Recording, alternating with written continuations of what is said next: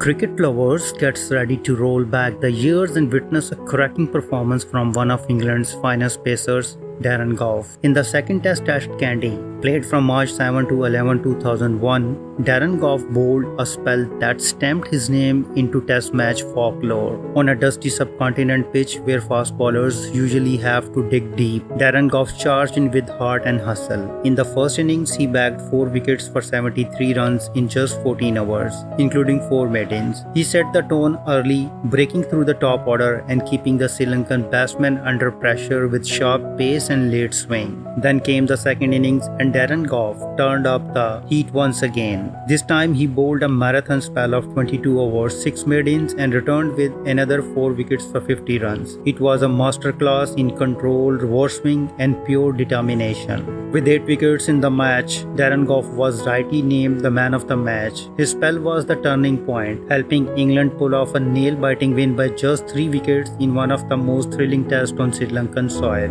Let's tune and relive this golden spell, Darren Gough magic with the ball, where he breathed fire in Kandy and brought England home with sheer grit and pace.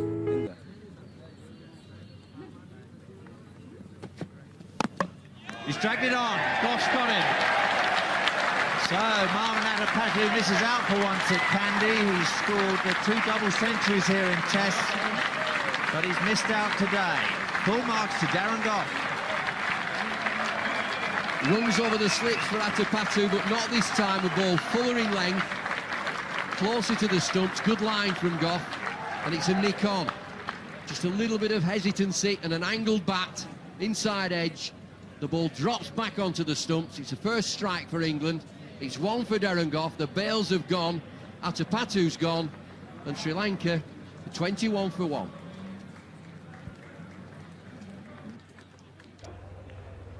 And England have taken the second new ball. It didn't take him long to establish there was no reverse swing. I think he's probably been working on reverse swing for a long time now. Well, this will encourage him. It's always a nice feeling, get a brand new ball in your hands, nice and hard, and also just creates a little bit of doubt in the batsman's mind. Sometimes if you bowl badly with it, it'll disappear all over the place. Goff. Oh, he's got him, fast ball, caught Gully, it's worked. The new ball has worked for England. That is a quickish delivery, just short of a length. A blazing cut shot played by Russell Arnold, and beautifully taken actually. White again into the action. They take some catching. That was going really quickly to him. And, well, that'll lift him, won't it? He'll be as happy as a bee of buttons. Lift everybody. It's not the best delivery he's ever caught down, but what about that for a catch, Craig White? It's knocked him backwards. He's held on just back of a length. Goff, Russell Arnold flashes away backward of point. Craig White, he's absolutely in the right place there. It's knocked him backwards. He's held on though. It's a new ball. England have taken another wicket. That of Russell Arnold. 65's played well. Anchored the innings. Sri Lanka 277 for 6.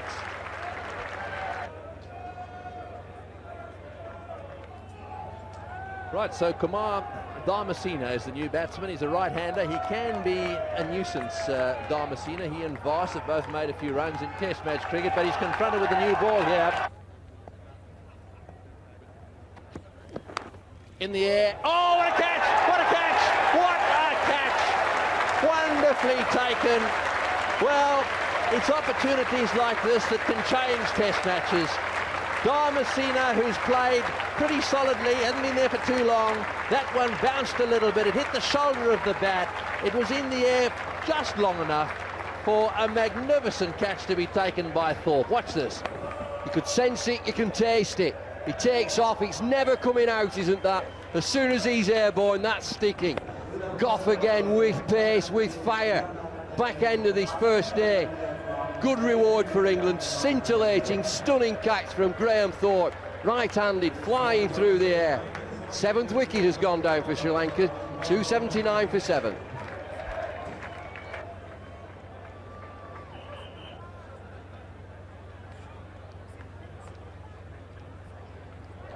Taminda Voss is in there at the moment, and he's in there because of a magnificent catch taken by Thorpe. Just watch this. It hits the shoulder of the bat. Perhaps even a little bit of glove in that one. Thorpe suspended in the air, catches it one-handed, Well, that's superb. He's a left-hander as well, caught it in his right hand, and that does make a difference. And that wicket could end up in a situation where England bowl out the Sri Lankans tonight. Righto, Voss on strike now. Oh, that's a good bouncer. What a good bouncer. Voss couldn't get out of the way there. Boy, is he pumped up. Goff is rearing to go here. This new ball's made such a difference. He's taking wickets. I've seen it time and time again from Darren Gough. If he just gets a sniff, look at his eyes. Racing in. Voss taking on the shoulder. Momentarily thinking that it was a wicket, England, but it's plainly off the shoulder. Now just watch this. He keeps his eye on the ball, then right at the last minute realises he has to get his head out of the way. It's been shoved back onto the boundary there. In the air, that's it too. He's got him caught, slip back over Atherton. England are finding the outside edge this evening in Kandy. And what's more, they really are ripping through the tail here of the Sri Lankan side. Sri Lanka looked really well placed. England have taken the new ball, and boy, they're amongst the wickets. Don't know who said it first, but it certainly is absolutely right for this situation. England on fire. Goff again. Brand new cricket ball. Thank you very much. Give it to me. Full of length. Safe catching. Good hands by England. Atherton this time. Dilshan looking to drive. He's only left with 10 and 11. He was looking to score runs, but wickets are falling. 286 for 9.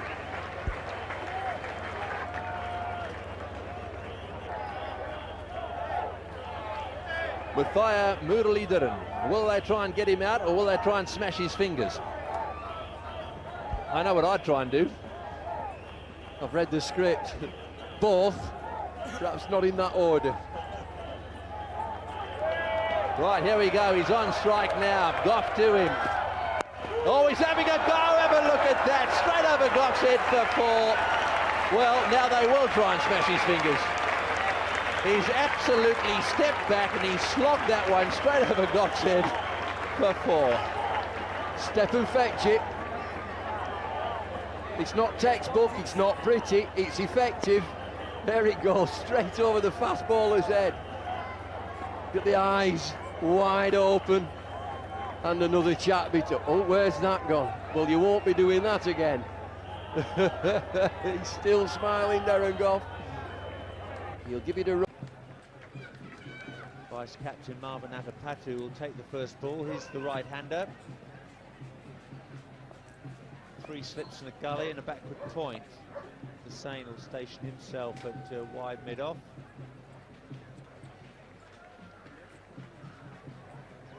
For the start of the Sri Lankan second innings, they trail by 90 runs. Off the mark, and Atapatu will look for 2 here.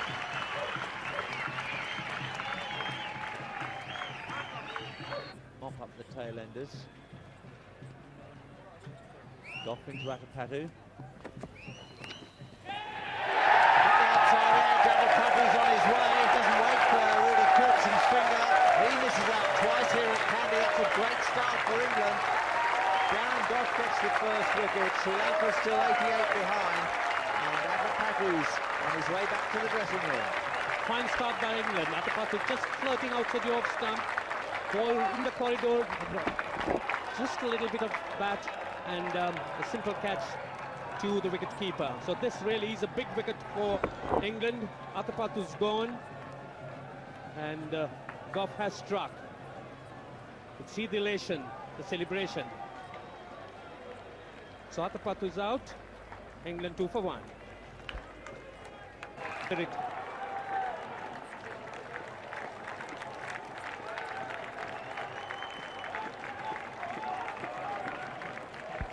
Well, here's Aravinda de Silva. There's Graham Thorpe, who took that catch goalkeeper style. Have a look at the bat, bottom of that bat. Ball hit straight into the ground, flies to Graham Thorpe. The bat and the ball hitting the ground. There you are, the puff of dust coming up twice, which was so obvious. And there you are again. One might have to have a look at that. the catch itself, Thorpe, as soon as he came down, did the ball hit the ground there as well? That's interesting. Well, I think the ball was safely in Graham Thorpe's hand. He takes the dive, and it's here that Ranjit's short delivery from Goff. De Silva getting behind the line. A lot of wagging of fingers here. And this seems to be a ridiculous situation. What's Atherton trying to tell Rudy Kirsten? Wagging of fingers, as you say. Well, there's no place for this in the game. We saw it in Faisalabad back in 1987, 1988, Gatting and Shakur Rana. There is never a place on the cricket field for a player to be wagging his finger at the umpire. Feelings running high. Sri Lanka are 3 for 3. Was questioning. De Silva is out, and this is how he went. First impression looks like the glove. Craig White running in from gully, takes the catch. Definitely hits the glove. I don't think there's any doubt about that one, but no need for Atherton's reaction after the decision. Aravinda De Silva. One really couldn't see quite right there as to where it hit.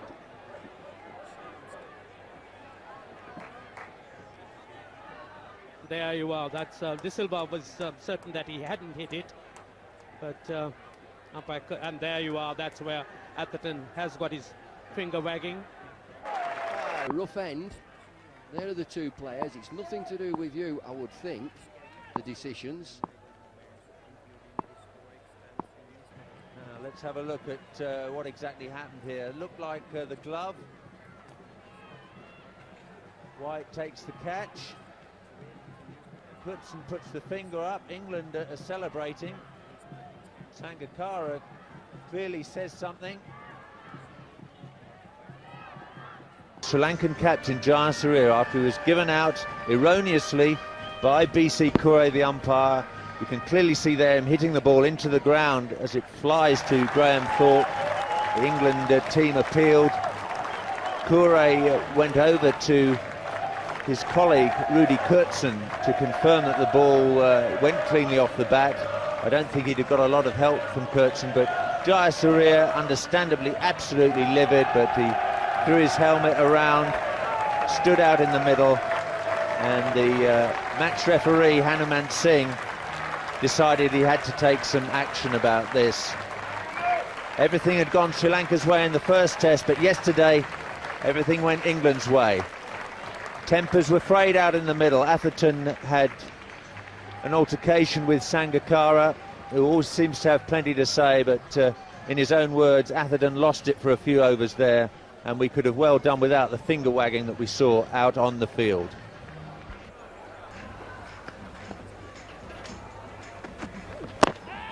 Oh, now, was that pad first? I don't think it was. I don't think Rudy Kurtzen would be able to give that out. He would never know.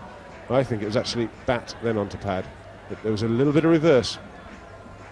Once again, Gough posing problems to Dharmasena. Pad, bat, or whatever it is, it's very difficult around that area. Squeezed. That's the way I would describe it. And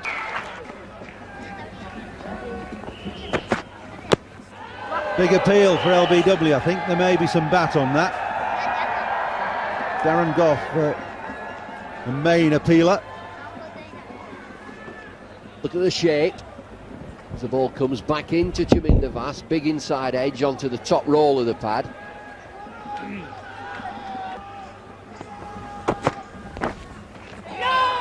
Well, I wonder whether there was any bat on that. The last ball before drinks. Parries the ball towards fine leg. Yep, just off the face of the bat, and Stewart spills the chance. Difficult one. Gloved and it's caught. The end of Dharmasena. Darren Gough has got the breakthrough. Graham hit takes the catch, and that's the wicket that England wanted. Darren Gough has tried his heart out for England. He's finally got the wicket. Sri Lanka 234 for 8. Oh, superb delivery from Darren Gough. He's been doing this so very often. The ball roaring at Dharmasena. There's not very much he could have done. On the shoulder of the bat and a good catch. So, big wicket for England. The wicket of Dharmasena, who's batted with a great deal of grit. And there you are, Dharmasena once again. See that brilliant catch as well. Dharmasena has gone for 50, both 8 Sri Lankan wicket is down for 234.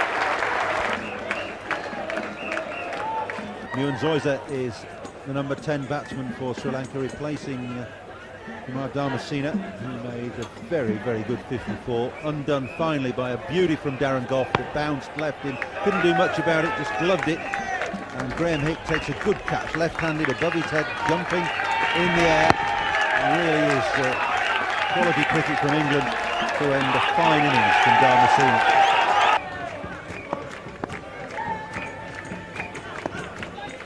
Giles just loosening up. Edged, gone, caught safely by Graham Hick. At second slip, 2 catches in 2 overs for Graham Hick, 2 wickets in 2 overs for Darren Gough. He's doing the job again, Darren Gough. Sri Lanka 242 for 9 now, that lead is 152. That delivery right to the right area, forcing the left-hander into the shot, and a simple catch to Hick, who gleefully grabs it. So another good wicket for England, now making inroads after the dismissal of Dharmasena. The 9th wicket, down for 242, Sri Lanka. Mataya Muralitharan playing some lusty blows. He's the number 11. He's got 3 balls of this Darren Gough over to face. And England are desperate to wrap this innings up before tea, which is in 15 minutes' time. Those are marvellous figures for Darren Gough. 21.5 overs, 4 for 44. Chance of 5. Bowling to Muralitharan. Oh, a whisker away, and Stewart's missed it. It's going to go to 4, is it? No. Robert Croft tidies up. 2 byes. Useful runs for Sri Lanka. Well, they're not the most stylish batsman around, but certainly can put bat to ball, but on that occasion missing it completely. I always wonder why the keeper doesn't come up for this slower ball of Darren Gough's. It's the first ball, it must have been premeditated. Test match century, and the tail did well as well. Dharmasena 54, Vaz 36 have meant that this game is anything but over. It's a challenging total for England to chase. The England bowlers, the star for them really, Darren Gough, 4 for 50, bowled his heart out. But good performances too from Craig White, 2 for 42, and Robert Croft, 3 for 40 with his off spin. Andy Caddick got a wicket, 1 for 55, and Ashley Giles not quite at his best, none for 58 from 15. The state of the game then, Sri Lanka 297 and Darren Gough was one of the England's most passionate and lively fast bowlers, known not just for his fierce pace and swing, but also for his infectious energy on and off the field. Born on September 18, 1970 in Yorkshire, Darren Gough was a genuine match winner who led England's pace attack through the 1990s and early 2000s. Short in stature for a fast bowler, he made up for it with a big heart, a powerful run-up and a bustling action that made him a constant threat to batsmen around the world. Darren Gough had a natural ability to reverse swing the old ball, an art that brought him great success, especially on the dry and abrasive pitches of the subcontinent.